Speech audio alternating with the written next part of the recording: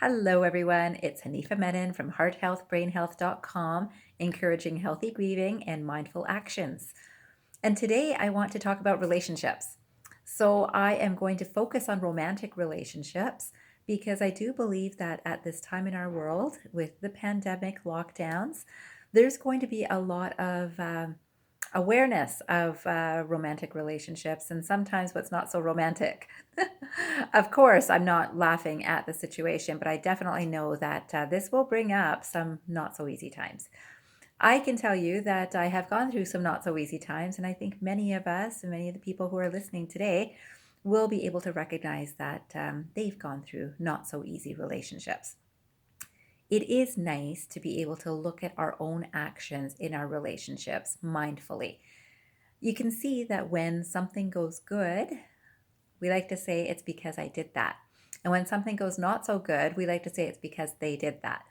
And this happens for couples everywhere. Finger pointing happens all the time. But of course, all the good things we love to take credit for, which feels fantastic. And all the not so good things people also love to blame for.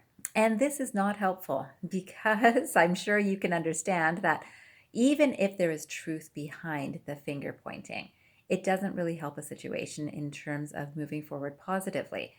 So, one thing that I'd like for everyone to think about is when you're looking at these experiences mindfully, recognize that your own energy is bringing out an action from another person, which is their own energy that's resonating with yours. Sometimes it feels like it's clashing with yours, but there's a part of your own energy that is drawing out something similar in the other side.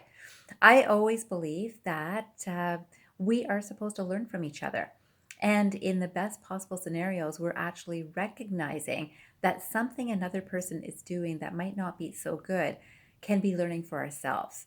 And if we're feeling ego based, it will be, I got to learn to be more careful around people like this. I got to be more aware of what the other person is doing. I got to be smarter. I got to be wiser. I got to be more proactive. I got to protect myself. And all of those things might be true, but it also might be telling us something about us. So let's say you're missing something that suddenly comes to light.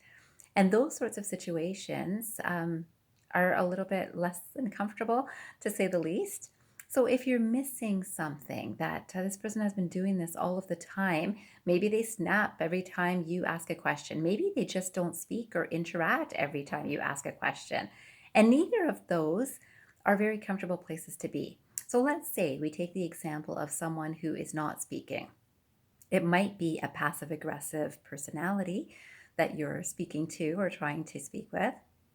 That would be an easy way to notice. And it's quite true that sort of response is definitely a passive aggressive energy. Now, what does it tell us about ourselves? So, if we're seeing that this is the energy coming from the other side, can we modify the way we're asking something? Are we noticing our own tone? Is there something for us to learn out of this experience? Because asking again repeatedly in a similar way with maybe a more stern tone might not get the response or the change in behavior that we're looking for. And then the change in behavior that we're looking from another might actually have to do with the change in behavior that we need to see in ourselves. So that is my tip for today.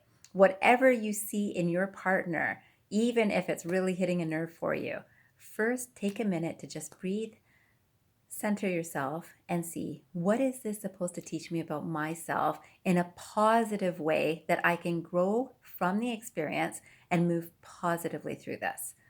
It's possible. It's just a matter of mind retraining. If you need some help in doing this because you're hitting a similar wall in your relationship regularly, please do get in touch with me. I will be happy to help you at hanifahelps@gmail.com. And otherwise, I hope you're mindfully tending to your relationship. Have a great day, and I'll talk to you tomorrow.